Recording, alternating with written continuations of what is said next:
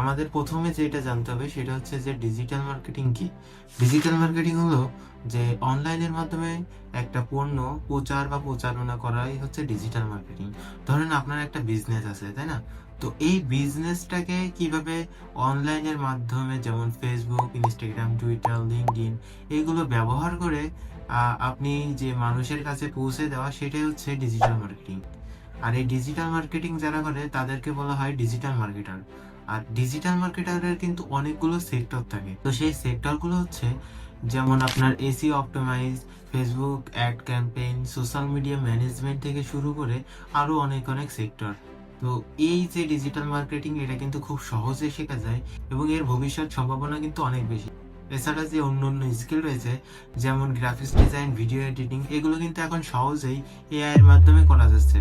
কাজেই এইগুলোর ভবিষ্যৎ কিন্তু আস্তে আস্তে সম্ভাবনা কমে আসছে, কিন্তু ডিজিটাল মার্কেটিং দেখেন, এগুলো কিন্তু সম্পূর্ণ পুরোপুরি এআই দিয়ে করা সম্ভব না।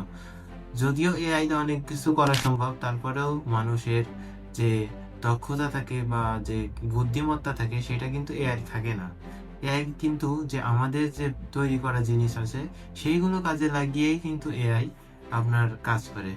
তো এই ক্ষেত্রে বিভিন্ন কোম্পানির ডিজিটাল মার্কেটিং এর সেক্টরগুলো আছে, সেগুলো খুব সহজেই কাজ করতে পারেন।